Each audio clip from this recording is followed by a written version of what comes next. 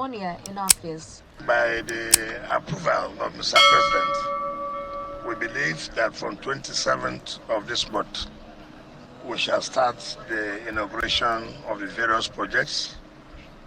And particularly on 27th, we believe the President will flag off the commercial operation of the metro line. So we're happy, and the contractors are meeting up.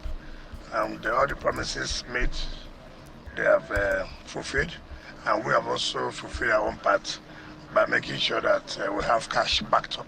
The minister also gives reasons why streetlights are not functioning in some parts of the FCT. Most of the projects we're doing, you don't expect the lights to be on now. All they're doing, they're just running it. So sometimes most of the streets you're talking about are those that are... I'm not distracted. If I'm distracted, you won't see this performance here. I focus on my work, so I'm not interested. I'm the Minister of FCT. The works are going on, so why would I be distracted? If you are distracted, how would... All right, so he's talking about he's not distracted by Rivers politics. There's also a report on around the social media today about former President Goodluck Jonathan has advised. Hold on one second. Sorry about that.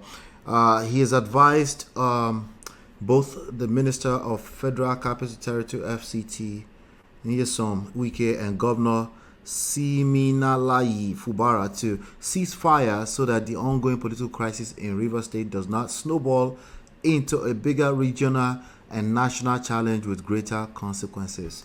What says you? Brings us up to speed. Your thoughts on Rivers drama?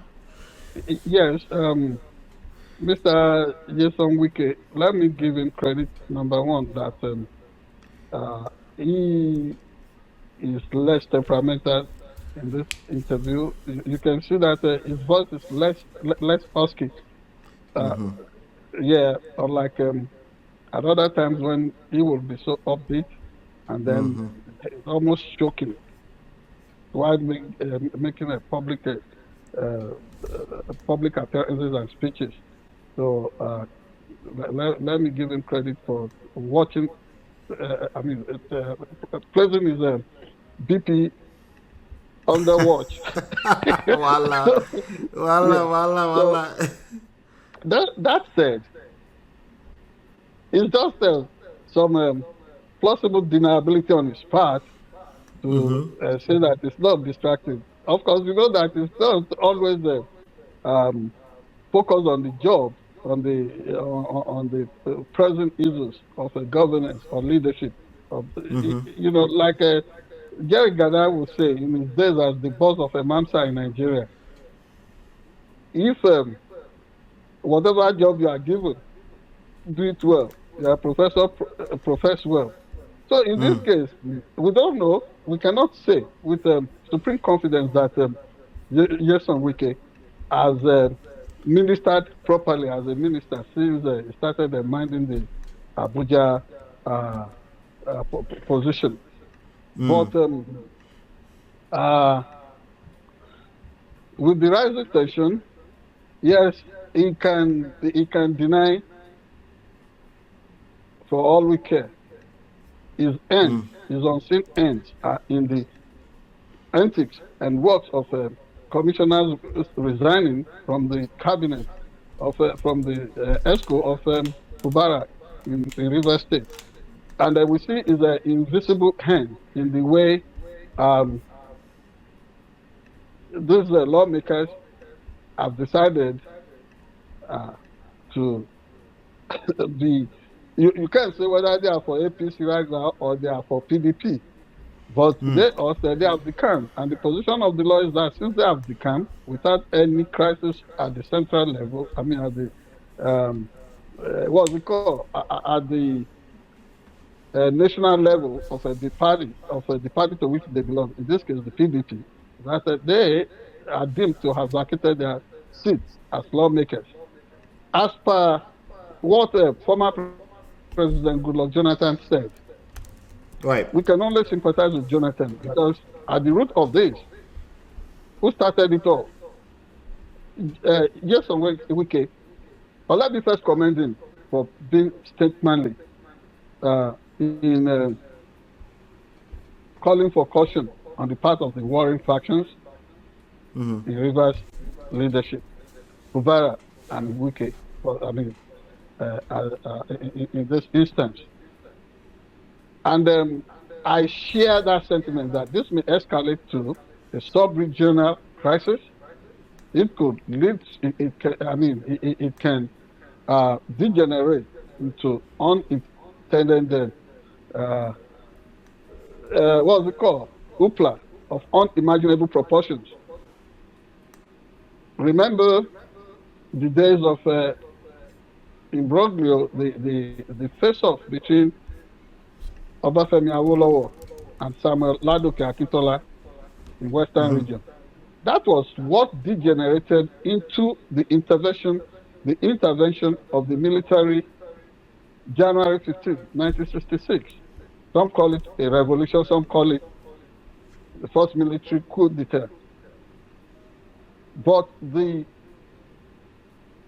unrestrained conduct of politicians in the Western region was what led to the failure of Nigeria's First Republic. And so, comparing between that situation and what we have in Rivers State now, if not checked, this may result to a major conflict. Already is becoming an hot exchange, intemperate interaction between peoples of Ijaw nation and the Ikweres in Rivers State. God forbid that we have this kind of sub-regional crisis on our hands. We don't want it. Already, Nigeria is going through a lot. And remember the way Rupert Murdoch's media has gone to town to describe Nigeria as a place of crisis and what have you, just because of the banditry and the Boko Haram situation.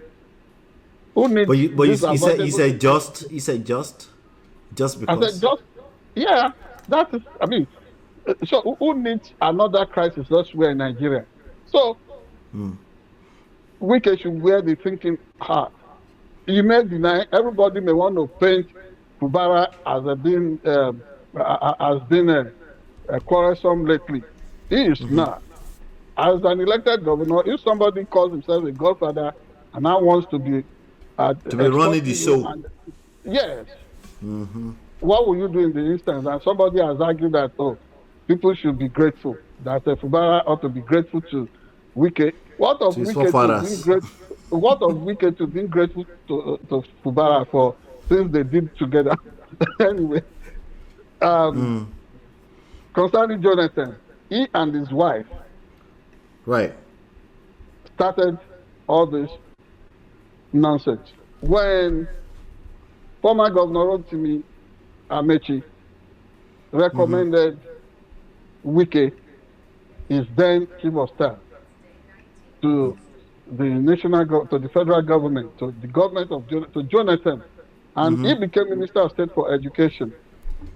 And then he decided to mutiny against his principal back in Rivers State. They enabled him. Even when it was almost clear that Wike was not going to win the election, they used federal might to get him there. So he is their boy who has become so unmanageable. They should deal with that. Okay. All right. As you know, we're going to continue to cover this this Rivers drama because I don't think it's anywhere near stopping in spite of President Jonathan's appease for them to make peace. But we'll continue to cover that. Do us a favor. Let us know what your thoughts are. Hit the like, share, subscribe, and follow button. And we do have... you're going to like this next segment. So we'll be right back.